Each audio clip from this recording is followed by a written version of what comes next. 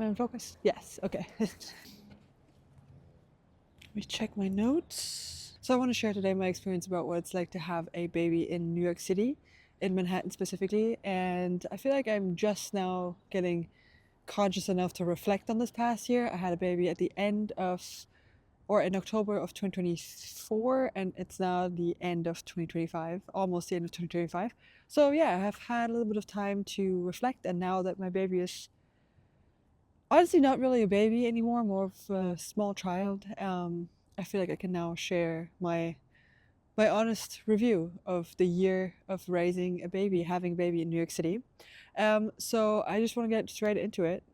It is good. It's a good experience. I think it was a really good year. It was a very difficult year, but it was also a very rewarding year. And I think this year really solidifies to me that doing hard and difficult things is actually what makes you feel whole, what makes you feel good, what makes you operate better.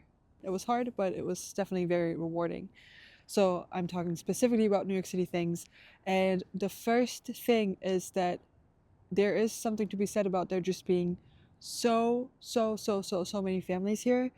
You're not doing this by yourself. There's literally, I think it's like 150,000 babies being born in a radius of like, I don't know, 10 miles from me every year. And so every issue that you might run into, or like every problem that you might have, there's a Reddit thread about it. There's a forum of people discussing this. There's been several generations of people raising their kids here.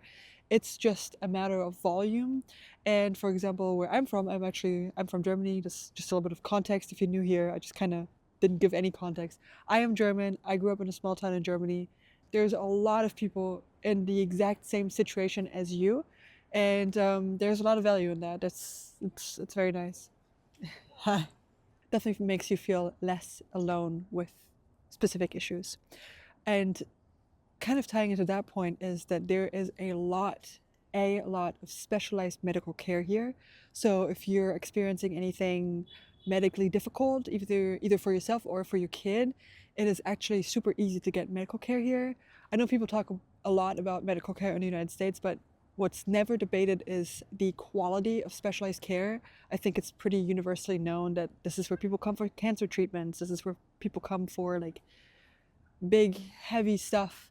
And it's nice that when you need a specific type of specialist, that it's pretty easy, and you oftentimes even have doctors to choose from. So, for example, we've had a situation with like a specific type of allergy. It's not actually an allergy, but it's something very specific, and it's only been researched for the last 20 years. But it's being researched in New York City. So one of the main specialists who's researching in this area is actually in New York City. I might at some point make a little bit of like just the whole hospital giving birth experience from a foreigner's perspective, but not in this video. But in general, I feel like interacting with the medical system here, it can be annoying and hard and obviously expensive, more or less, depending on what your insurance is. But what is very obvious to me is that there's a lot of people here working in healthcare because they genuinely love it. And that has been my experience of interacting with the medical system here, that there's people who are just genuinely passionate about what they're doing. And yeah, there's just a lot of that in New York City. Let me check my notes. Okay, so talking a little bit more about mental health aspects of being in the city postpartum, I think that for me personally, it was really, really good this past year that whenever I stepped outside with the baby, people would react to me. They would say how cute the baby is, or like spark a conversation about the age, or people would start conversations. They would tell me about their babies. They would give me sympathetic looks if I was maybe in like a tougher situation, if he was crying or anything like that.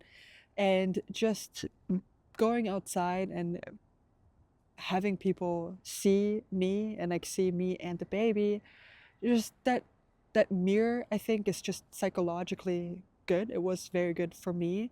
Also, it made me more aware of like, oh, okay, if I put on a nicer outfit, or like maybe do my makeup, and if I maybe put him in like a cute little outfit, like it's not gonna be for nothing. I know that sounds so dramatic, but I think in that like very sensitive postpartum time, any type of like attention, being seen, not being locked and hidden away and isolated. I think that was just very, very good for me personally. And it was just fun. More so now that he's interacting with strangers more, it just feels like I'm carrying around this little ball of joy, and everybody who looks at him just like gets infected with like a little bit of joy. And that just is very, very nice for me. It is super, super nice for me. And Americans, you can say what you want about Americans, but they're so, so good at small talk. And I think that that's a good thing. And oftentimes, in my experience, I feel like that small talk actually opens the door to real conversations and to real connections. My next point is about the one bedroom apartment, which is a very common experience in highly populated areas. You just don't have that much space at home. But I actually thought the entire year, I think it's going to change now that he's more of a toddler, but this entire first year, I was really grateful for the fact that we did not have a lot to take care of. We didn't have a yard to take care of. We had 2 rooms, 1 bathroom to take care of, like 1 living room and 1 bedroom, and then 1 bathroom to take care of. And I honestly thought that was plenty to take care of this first year. I think just chores and housework and everything like that, just it really compounds this first year of having a baby, because even with 2 people in the house, 2 capable adults in the house, it just gets overwhelming when one person, basically, there's always one person dealing with the baby, doing something with the baby. And so your time is just so limited, and not having a lot to take care of was amazing. Not owning a home, but being a renter was really nice, because anything that was broken, we just called our landlord and had it fixed. And of course, I think now specifically, it would be nice to have a backyard and to have more space and to be able to kind of have more play areas. At the same time, it also forces us to go outside, spend time outside, and spend time on playgrounds. There are plenty of playgrounds here, and that kind of forces you out into the community a little bit more. So I honestly, I don't think we've reached our limit yet with the 1 bedroom apartment, and I just really love our apartment, like the way it looks and the way it feels and its location and everything. So I I thought it was good. There was no time this past year where I thought, oh, we need more, we need another room, like we need more space. Honestly, maybe my view on that will change completely this next year. But for now, it was just really, really nice to have, honestly, very, very, very limited household responsibilities. And then on the topic of going outside, because you are forced to walk almost everywhere, you're probably going to get fit postpartum faster than you would in a more car-centric area, or maybe in an area where there's less to do outside.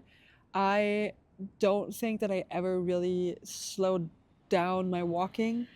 Obviously, there was like a 2-3 week time period where I didn't walk as much because I had just given birth. But I remember even like, I think our first big outing was 10 days postpartum, and I think we did like 8-10,000 steps, which, not that I'm recommending that. I am absolutely not. You should take your time. But it just the fact that there is so much to see and do, and that you want to go outside, and that you kind of are, if you want to go to the grocery store, you walk. If you have to do laundry, like all of these things are steps that add up throughout the day and throughout the week.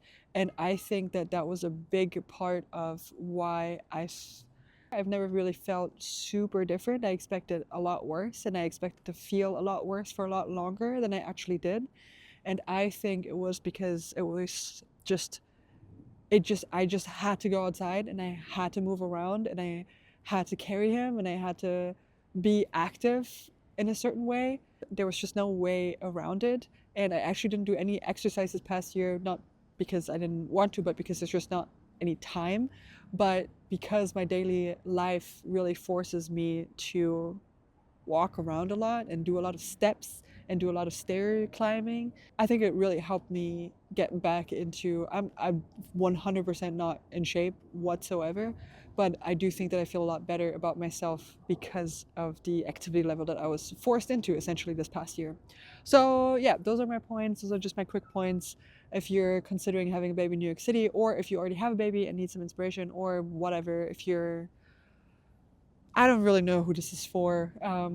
I think that I was looking up a lot of videos about how to have a baby. Like, whoa, what do you even do with a baby in New York City? And this is just, obviously, I didn't give a lot of tips about how to do anything, but these are just some thoughts that I needed to get off of my chest because there's this misconception that big cities are not good for small children. And I think that our little guy really enjoys our lifestyle. And I think he enjoys our lifestyle because I am doing well and I am having a good time. And even, I feel like, even obviously being away from my home, I'm homesick all the time, literally all the time. But every time I feel that way, I can just take a walk through Central Park, go to the Upper West Side and look around and just see other people out and about living their life. And it really does help me, and it makes me feel like, oh, well, at least I'm in New York City.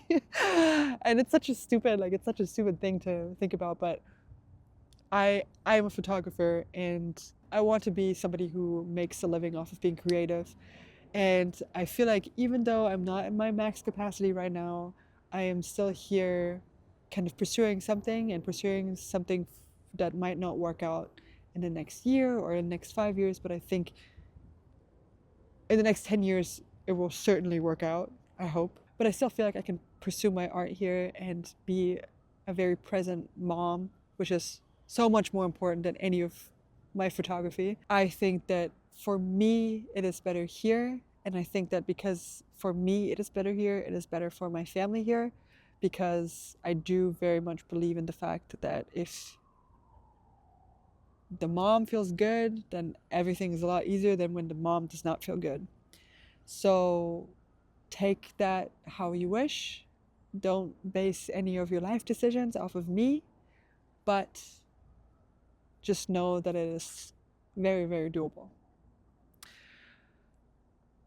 Yeah.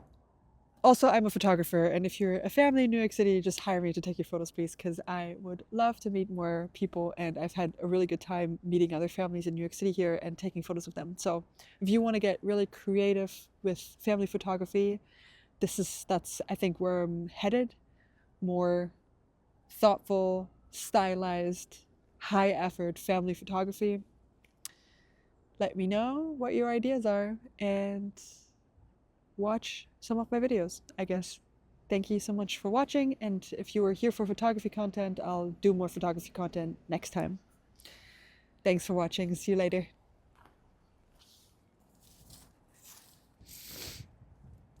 Switch.